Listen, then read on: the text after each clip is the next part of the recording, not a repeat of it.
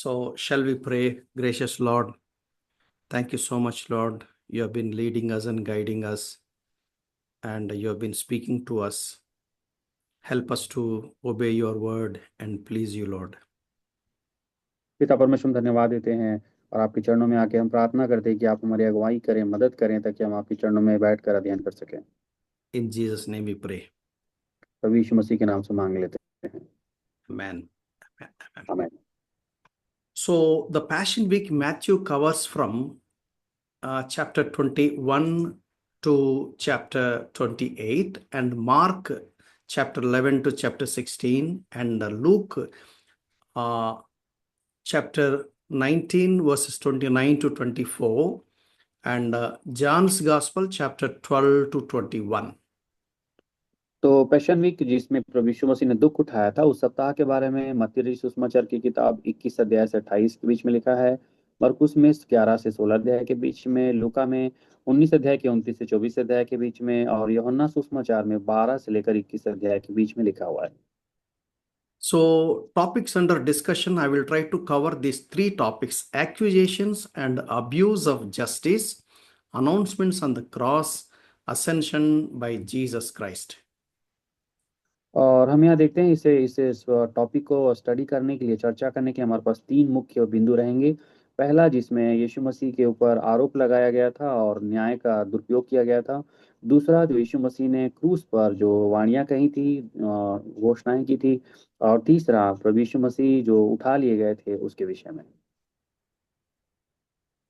And the timetable of the Passion Week is Sunday, he arrives at Bethany, John's Gospel, chapter 12, verse 1, Saturday, and then Sunday, triumphal entry into Jerusalem. Monday, cleansing the temple, and Tuesday, his last day in the temple and his Olivet discourse at Mount Olives. Wednesday, a day of quiet at Bethany. Thursday, the Last Supper and the night agony in Gethsemane. Friday, trial and crucifixion. Sunday, Jesus rises from the dead. और passion week में जो घटनाएं हुई थी, अगर उनको हम 7 दिनों में, सप्ताह के दिनों के हिसाब से देखें, तो शनिवार में हम देखते हैं प्रभु यीशु मसीह बैतनिया में आए थे, यूहन्ना की किताब 12 का 1। रविवार के दिन, जिसे हम पाम संडे कहते हैं, विजयी प्रवेश जो यरूशलेम में प्रभु यीशु मसीह ने किया था, उसके बारे में हम देखते हैं। सोमवार को प्रभु यीशु मसीह यरूशलेम के मंदिर में गए थे उसका शुद्धिकरण करने के लिए, उसके बारे में देखते हैं। मंगलवार के दिन हम देखते हैं कि वो आखिरी दिन मंदिर में बिताए और उन्होंने जैतून के पर्वत पर कुछ वचन कहे। बुधवार के दिन हम देखते हैं कि वो शांति से गुप्त रूप में बैतनिय्याह में थे। और गुरुवार के दिन हम देखते हैं कि उन्होंने अपने चेलों के साथ आखिरी भोज लिया था, जिसे हम प्रभु भोज कहते हैं। और गतसमनी के बगीचे में उन्हें बड़ी वेदना के साथ में प्रार्थना किया था रात में। शुक्रवार के दिन प्रभु यीशु मसीह की जो परीक्षा हुई, अर्थात उनके ऊपर जो आरोप लगाया गया, उन्हें और दंड देकर क्रूस पर चढ़ा दिया गया। और रविवार के दिन प्रभु यीशु मसीह मुर्दों में से फिर जी उठे। And the trial of the Jesus Christ. यीशु मसीह के ऊपर जो आरोप लगाया गया था, न्याय हुआ था, उसको हम देखते हैं।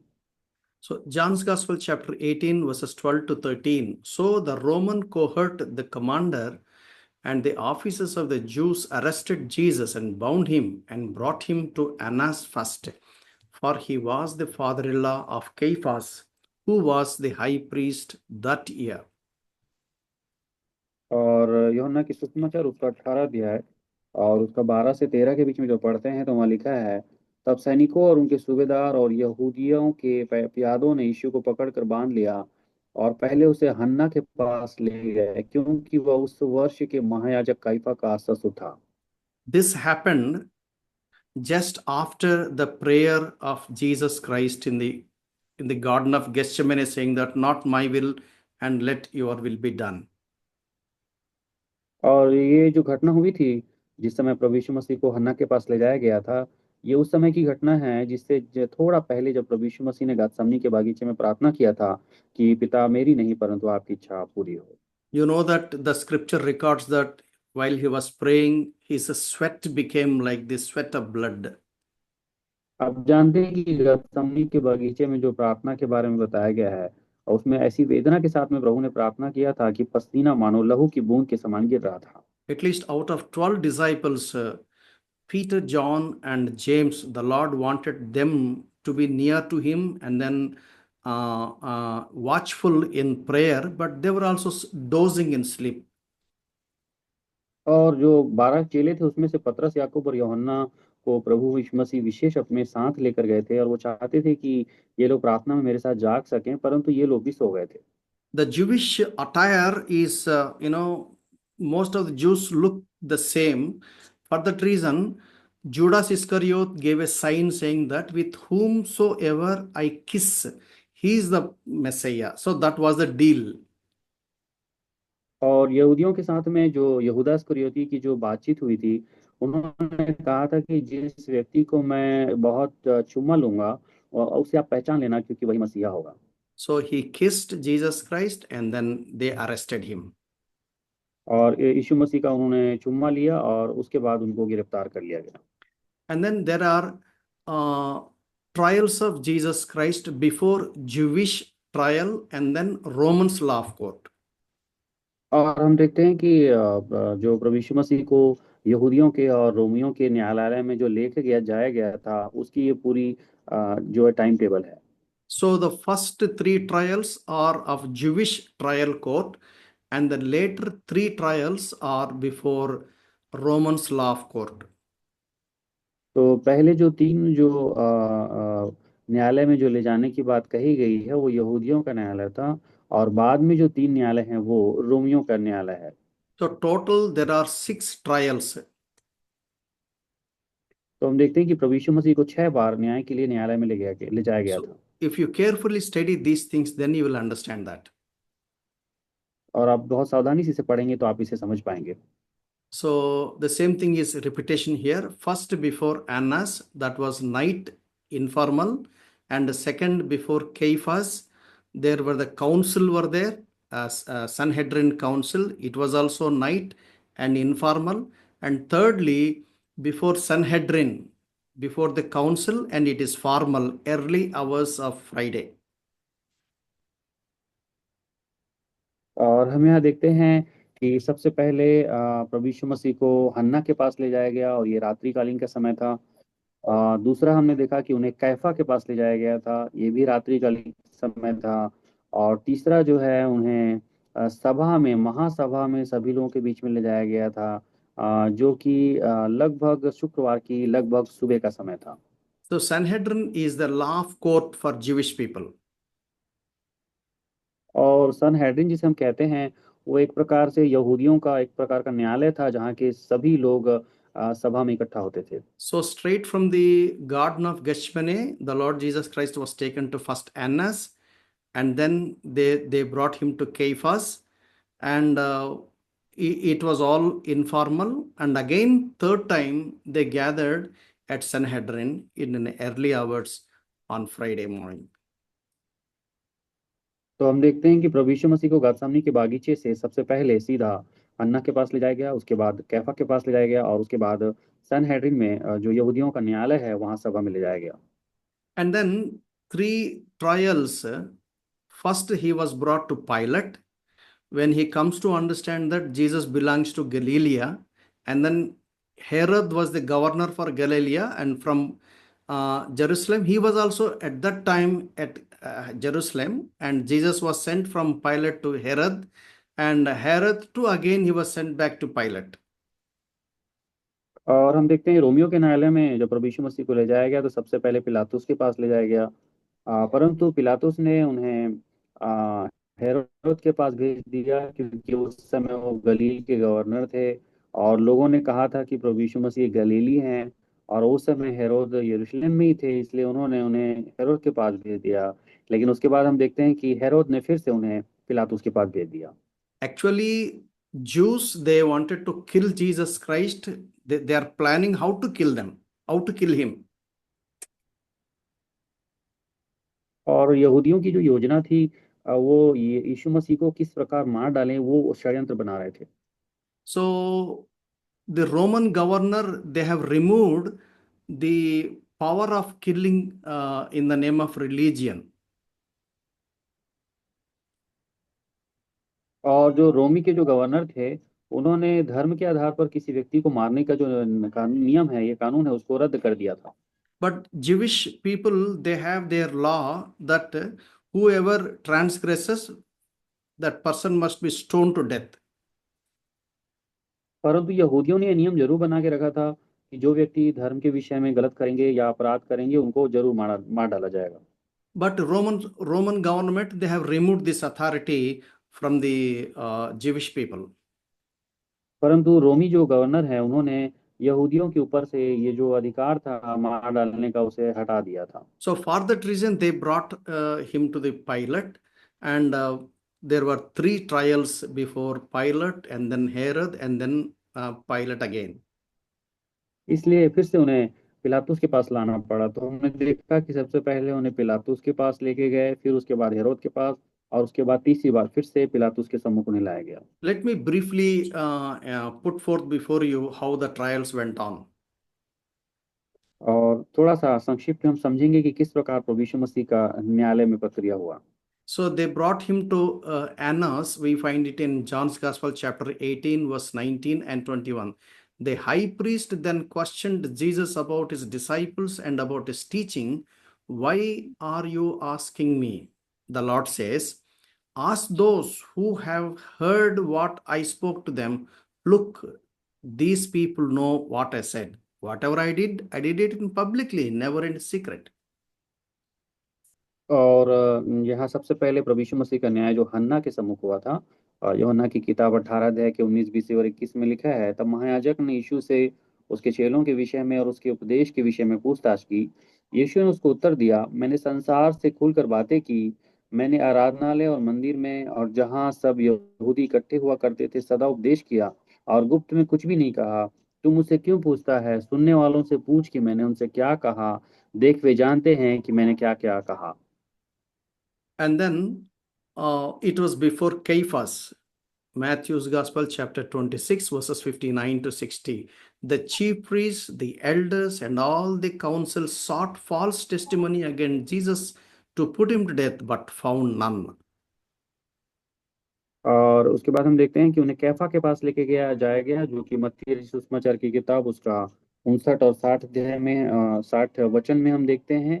26 अध्याय के वहाँ लिखा है, प्रधान याजक और सारी महासभा यीशु को मार डालने के लिए उसके विरोध में झूठी गवाही की खोज में थे, परंतु बहुत से झूठे गवाहों के आने पर भी ना पाई, और अंत में 2 जन आए। And then Mark's Gospel, chapter 14, verses 55 to 59 says, the chief priests and all the council sought testimony against Jesus to put him to death, but found none. For many bore false witnesses against him, but their testimonies did not agree. Then some rose up and bore false witness against him, but not even they did their testimony agree. और उसके बाद हम देखें मरकुस की किताब 14 अध्याय उसके 55 से लेकर 59 वचन में, यहाँ पर भी उनके ऊपर बहुत सारे आरोप लगाए गए लिखा है, परंतु वे लोग जो विरोध करने के लिए अब खोज में थे, वो कुछ बात को साबित नहीं कर पा रहे थे, क्योंकि उनकी गवाही एक जैसी नहीं थी। So Matthew's Gospel, chapter 26, verses 63 to 65. Tell us whether you are the Christ, the Son of God. Then Jesus says, you have said it to yourself. और मत्ती सुसमाचार की किताब 26 अध्याय उसके 63 और 64 में लिखा है, परंतु यीशु चुप रहा। तब महायाजक ने उससे कहा, मैं तुझे जीवते परमेश्वर की शपथ देता हूँ कि यदि तू परमेश्वर का पुत्र मसीह है तो हमसे कह दे। यीशु ने उससे कहा, तूने आप ही कह दिया, वरन मैं तुमसे यह भी कहता हूँ कि अब से तुम मनुष्य के पुत्र को सर्वशक्तिमान के दाहिनी ओर बैठे और आकाश के बादलों पर आते देखोगे। I'm reading verse 64. Jesus said to him, It is as you said, nevertheless I say to you, hereafter you see the Son of Man sitting at the right hand of the power and coming on the clouds of heaven. Then the high priest tore his clothes, saying, He has spoken blasphemy. What further need do we have witnesses? Look, now you have heard his blasphemy. What do you think? They answered and said, He is deserving of death. They spat in his face and beat him, and others struck him with the palms of their hands, saying, Prophesy to us, Christ, who is one who struck you.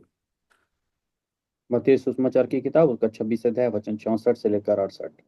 यीशु ने उससे कहा, तूने आप ही कह दिया, वरन मैं तुमसे यह भी कहता हूँ कि अब से तुम मनुष्य के पुत्र को सर्वशक्तिमान के दाहिनी ओर बैठे और आकाश के बादलों पर आते देखोगे। इस पर महायाजक ने अपने वस्त्र फाड़े और कहा, इसने परमेश्वर की निंदा की है, अब हमें गवाहों का क्या प्रयोजन? देखो, तुमने अभी यह निंदा सुनी है, तुम क्या सोचते हो? उन्होंने उत्तर दिया कि यह वध होने के योग्य है।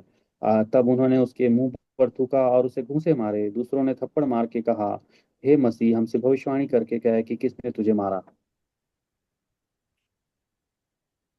And then Luke's Gospel, chapter 22, verse 70. Here, the scene among the Sanhedrin. They said, और So you are the Son of God. And he said to them, You say correctly that I am.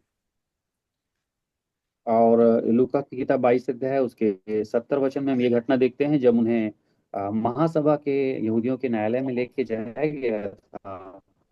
वहां लूका 22 से 70 में ऐसा लिखा है, इस पर सब ने कहा, तो क्या तू परमेश्वर का पुत्र है? उसने उनसे कहा, तुम आप ही कहते हो, क्योंकि मैं हूँ। And verse 68. And if I ask you, you will by no means answer me or let me go. Verse 69. Hereafter the Son of Man will sit on the right hand of the power of God. And then they all say, Are you the Son of God? So he said that I am. And they said, What further testimony we need? For we have heard it ourselves from his own mouth. हम्म। और यहाँ पे हम देखते हैं वचन लिखा है और उसके 69 से 69 वचन से, परंतु अब से मनुष्य का पुत्र सर्वशक्तिमान परमेश्वर की दाहिनी ओर बैठा रहेगा।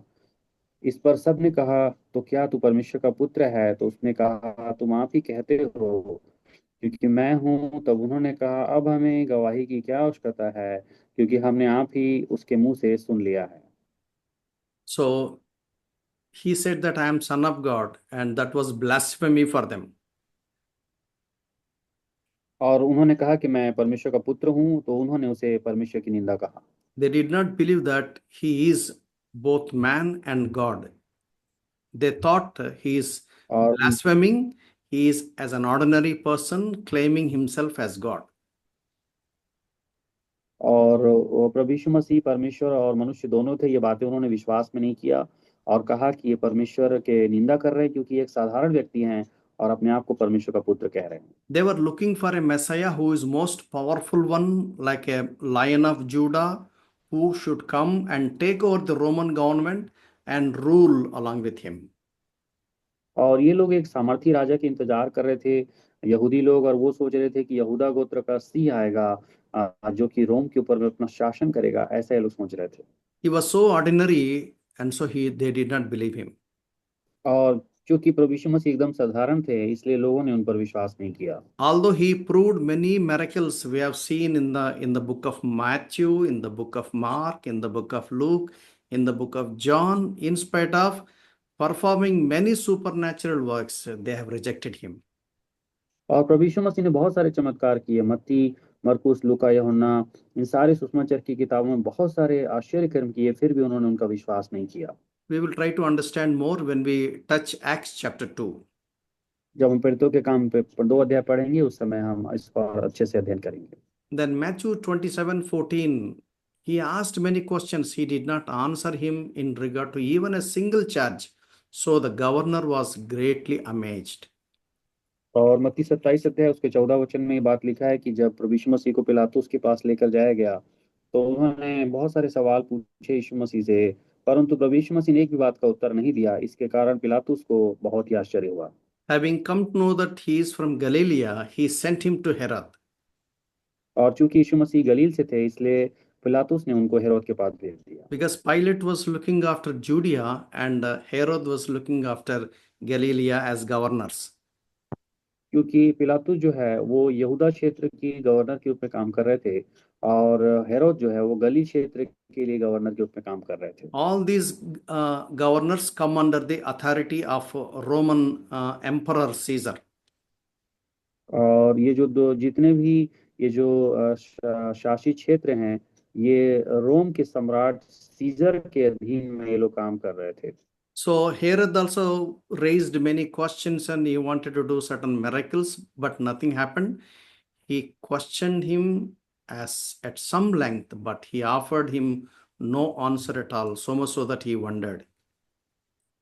और हेरोद ने भी बहुत सारे सवाल यीशु मसीह से पूछे, और बहुत सारी वो आश्चर्य कर्म वो उसने उनके जीवन से वो देखना चाह रहा था। लेकिन यहाँ भी उसे बहुत ही आश्चर्य हुआ, क्योंकि प्रभु यीशु मसीह ने हेरोदेश को भी कुछ उत्तर नहीं दिया। So he was sent back to again Pilate. और इसलिए फिर से उन्हें वापस पिलातुस के पास भेज दिया गया। There we find there are 5 accusations against Jesus Christ. और यहाँ हम देखते हैं कि प्रभु यीशु मसीह के ऊपर मुख्य रीति से 5 आरोप लगाए गए थे। They said that he destroy the temple of God. I will raise it again on the third day. That was the complaint. और पहली शिकायत लोगों ने ये की कि ये मनुष्य परमेश्वर के मंदिर को नष्ट करके उसे 3 दिन में बनाने की बात कहता है। Luke's Gospel, chapter 23, verses 1 to 2.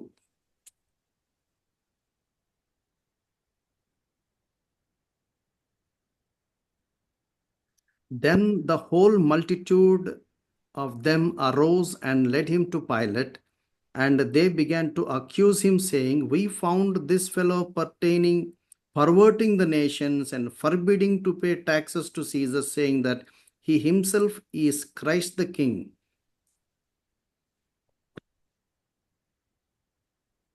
And Matthew 26 and verse 61. Matthew 26 and verse 61. Here, the accusation is, this fellow said, I am able to destroy the temple of God and to build in 3 days. और मत्ती 26 अध्याय उसके 61 में लिखा है, और इसने कहा है कि मैं परमेश्वर के मंदिर को ढा सकता हूँ और उसे 3 दिन में बना सकता हूँ। और दूसरा लिखा है लूका 23 अध्याय के 1 और 2 में, तब सारी सभा उठकर उसे पिलातुस के पास ले गई, और वह यह कहकर उस पर दोष लगाने लगे, हमने इससे लोगों को बहकाते और कैसर को कर देने से मना करते और अपने आप को मसीहा और राजा कहते हुए सुना है। He said, of course, in fact, in John's Gospel, chapter 2, verse 19. John's Gospel, chapter 2, verse 19. Jesus answered and said to them, Destroy this temple, and in 3 days I will raise it up. Then the Jews said, It has taken 46 years to build this temple, and will you raise it up in 3 days? But he was speaking of the temple of his body. Therefore, when he had risen from the dead, his disciples remembered that he had said this to them, and they believed the scripture and the word which Jesus had said. और प्रभु यीशु मसीह ने वैसा कहा भी था। यूहन्ना 2 अध्याय उसका 19 से लेकर 22 के बीच में यीशु ने उसको उत्तर दिया, इस मंदिर को ढा दो और मैं इसे 3 दिन में खड़ा कर दूंगा। यहूदियों ने कहा, इस मंदिर के बनाने में 46 वर्ष लगे हैं, और क्या तू उसे 3 दिन में खड़ा कर देगा? परंतु उसने अपनी देह के मंदिर के विषय में कहा था। अतः वह मुर्दों में से जी उठा, तो उसके चेलों को स्मरण आया कि उसने यह कहा था, और उन्होंने पवित्र शास्त्र और उस वचन की जो यीशु ने कहा था प्रतीति की। Actually, they misunderstood what Jesus said. They took in a literal sense, but Jesus said in a spiritual sense that he will be crucified, he will be buried, and he will rise again the third day. He was talking about his own body as the temple of the Holy Spirit.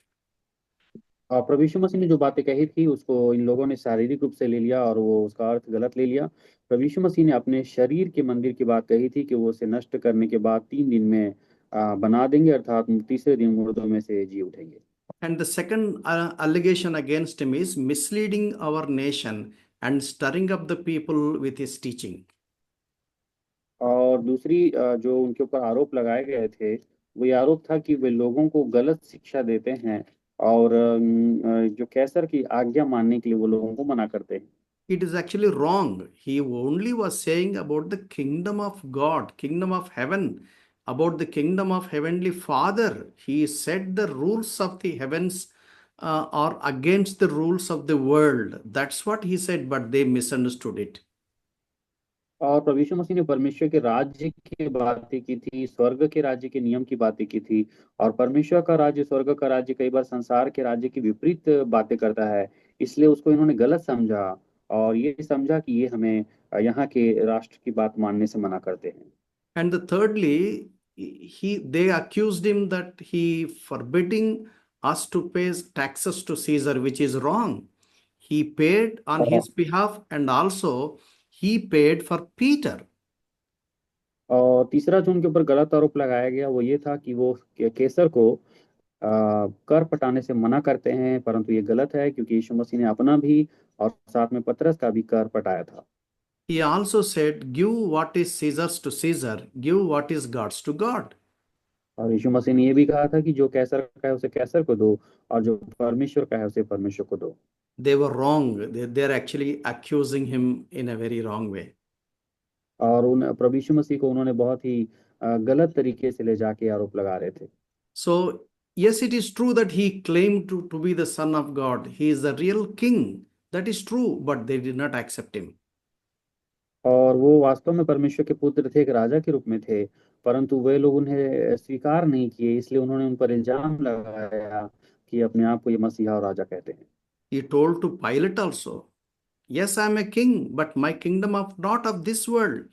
If it is of this world, my people will fight for me. But my heavenly Father, my heavenly King, his language was different. They couldn't understand what he was saying. और पिलातुस को प्रभु यीशु मसीह ने कहा कि मेरा राज्य यहाँ का नहीं है, अगर मेरा राज्य यहाँ का होता तो मेरे लोग मेरे लिए युद्ध करते, परंतु मेरा राज्य यहाँ का नहीं है, वो परमेश्वर का राज्य है। और ये बातें वो लोग समझ नहीं पाए। And they said he made himself the Son of God. That is true, but they did not accept him. और पांचवी बात जो प्रभु यीशु मसीह ने के रूप में उन्होंने आरोप लगाया कि अपने आप को परमेश्वर का पुत्र कहते हैं, जो कि सही भी है, लेकिन उन्होंने माना नहीं। So these are all the 5 accusations. You know that these are all false accusations. और आप जानते ही ये जो 5 प्रकार के आरोप यीशु मसीह पर लगाए गए थे, ये सभी आरोप गलत थे। And then his wife sent a message saying that she got a dream that he is a just man and he should not be punished the way how high priests and the leaders of the church wanted him. मत्ती 27 के 19 में हम देखते हैं कि पिलातुस की पत्नी को दर्शन आया और उन्होंने पिलातुस के पास संदेश भेजा कि ये एक मनुष्य धर्मी है, इसलिए इसके ऊपर आप कोई भी दंड देने के लिए हाथ न डालें, परंतु हम ऐसा करने से हमारे ऊपर दंड आएगा। And Luke's Gospel, chapter 23, verses 14 to 15, Pilate says, after examining him before you, I have found no basis at all in the case of this man for the charges which you are bringing against him. No, nor has Herod, for he sent him back to us, and behold, nothing deserving death has been done by him. लूका की किताब 23 अध्याय उसके 14-15 में लिखा है, तुम इस मनुष्य को लोगों का बहकाने वाला ठहराकर मेरे पास लाए हो, और देखो मैंने तुम्हारे सामने उसकी जांच की, पर जिन बातों का तुम उस पर दोष लगाते हो उन बातों के विषय में मैंने उसमें से कुछ भी दोष उस पर नहीं पाया, न हेरोदेश ने, क्योंकि उसने उसे हमारे पास लौटा दिया है, और देखो उससे ऐसा कुछ नहीं हुआ कि वह मृत्यु के दंड के योग्य ठहराया जाए। And Luke's Gospel, chapter 23 and verse 22, he said to them a third time, why? What has this man done wrong? I have found in his case no grounds for a sentence of death. Therefore, I will punish him and release him. लूका 23 के 22 में लिखा है, उसने तीसरी बार उससे कहा, क्यों, उसने कौन सी बुराई की है? मैंने उसमें मृत्यु के दंड के योग्य कोई बात नहीं पाई, इसलिए मैं उसे पिटवा कर छोड़ देता हूँ।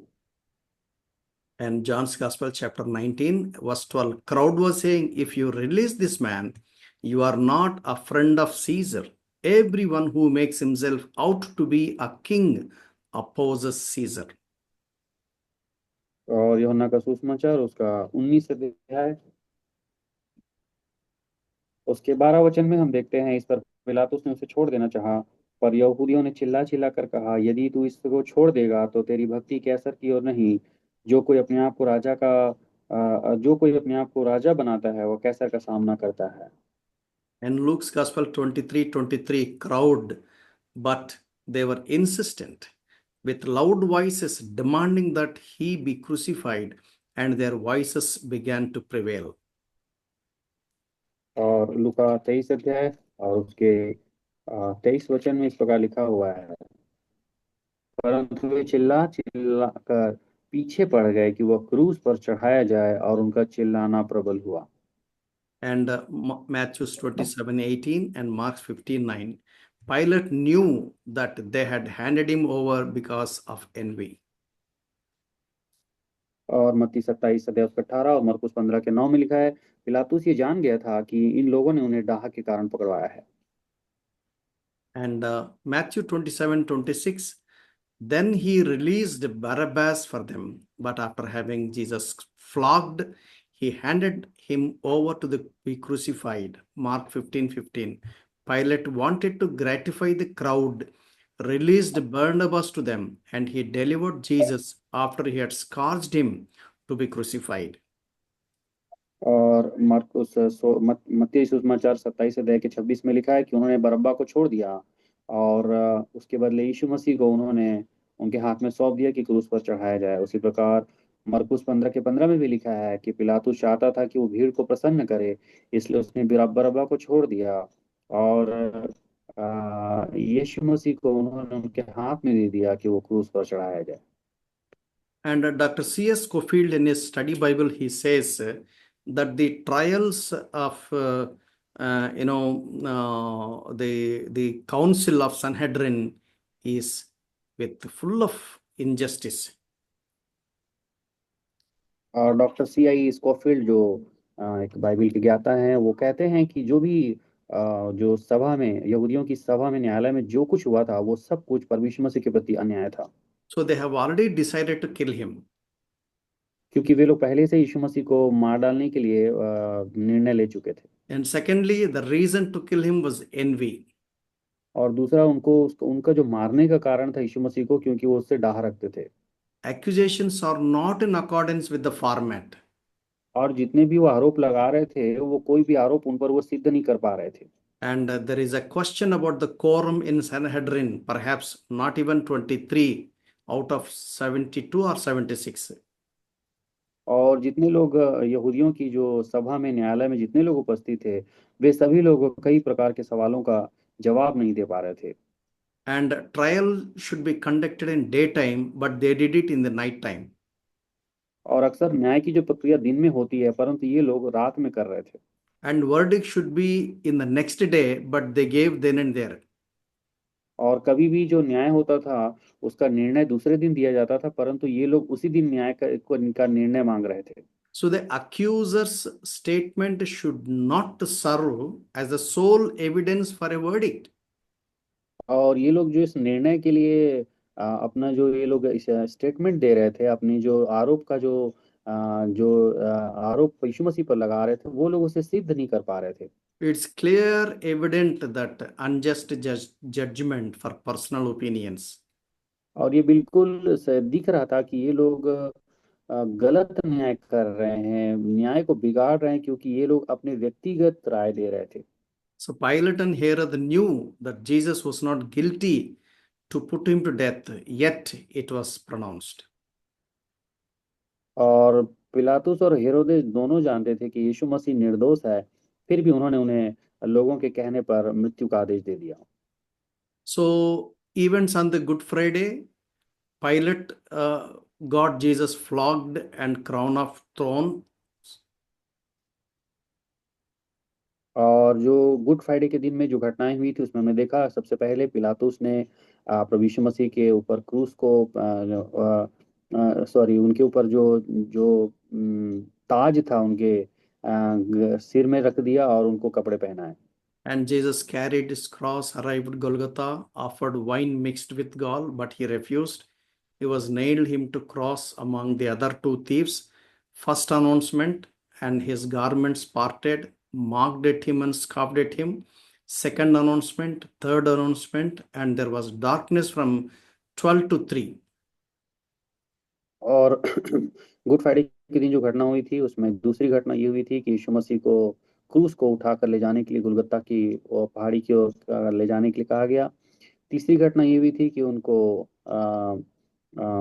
जो सरकंडा जो है उनको जो उनको सिरका पिलाया गया था उसमें कड़वी चीजें मिलाकर उन्हें पिलाने की कोशिश की गई थी। और पांचवा चीज हुआ था कि वो उन्हें क्रूस पर ठोकने के लिए वो उन्हें ले गए चढ़ाने के लिए। वो चढ़ा दिए। उसके बाद हम देखते हैं पहली वाणी प्रभु यीशु मसीह ने क्रूस पर कही। उसके बाद हम देखते हैं कि सैनिकों ने उनके कपड़ों को बांट लिया था आपस में। आठवां आठवां घटना हम देखते हैं कि उन्होंने प्रभु यीशु मसीह का बहुत ही अपमान किया। और नौवां घटना देखते हैं कि प्रभु यीशु मसीह ने दूसरी वाणी कही। उसके बाद तीसरी वाणी कही और उसके बाद वहां पे पूरा अंधेरा छा गया। And then fourth announcement, fifth announcement, they offered him vinegar, but by the time his sufferings were over, sixth announcement and seventh announcement, later we found that there was a great earthquake, veil was rent between holies and most holy, the tombs were opened, centurion believes, blood and water from his side when his side was pierced, and it was the proof that there is no more life and he was totally dead. Joseph and Nicodemus asked for his body and he was buried. 12वां घटना ये हुआ था कि उन्होंने चौथी वाणी कही। उसके बाद पांचवी वाणी कही क्रूस पे। उसके बाद ये घटना हुई कि उन्होंने उन्हें कड़वा सिरका पिलाया। उसके बाद उन्होंने छठवीं वाणी कही, फिर सातवीं वाणी कही। उसके बाद 17वें घटना में हम देखते हैं भूकंप आया। और उसके बाद मंदिर का पर्दा दो भागों में फट गया और कब्रें खुल गई। 18वीं घटना में हम देखते हैं कि सूबेदार जितने लोग उन्हें देख रहे थे उन्होंने उस पर विश्वास किया। 19वीं घटना में हम देखते हैं कि उनकी पसली से लहू और पानी निकला जिससे लोगों को पता चला उनकी मृत्यु हो चुकी है। और 20वीं घटना में देखते हैं कि यूसुफ और निकोदिमुस ने उनके शरीर को मांग लिया दफनाने के लिए। और 21वीं घटना में देखते हैं उन्हें दफन कर दिया गया। So at least this will be helpful because you will be serving the Lord all through the week. You can take these things and meditate on it, and then the Lord will speak to you and deal with you. Understand it by yourself, own it, and then pass it on to the people before whom you stand and then preach. और चूंकि आगे आप अभी जो passion week आएगा good Friday आएगा उसमें सब सेवा आपको करनी पड़ेगी। उसमें सारे ये वचन और संदेश आपके लिए काम आएंगे तब ताकि आप अपनी कलीसिया में इसको खड़े होकर संदेश के रूप में लोगों को बता सकें। Hope God has been speaking to us very clearly from different dimensions. आशा करते हैं वास्तव में परमेश्वर ने हमसे बात किया है दूसरे दृष्टिकोण से। Let us pray and commit ourselves unto the Lord. आइए हम प्रार्थना करें और अपने आप को परमेश्वर के हाथों में सौंप दें।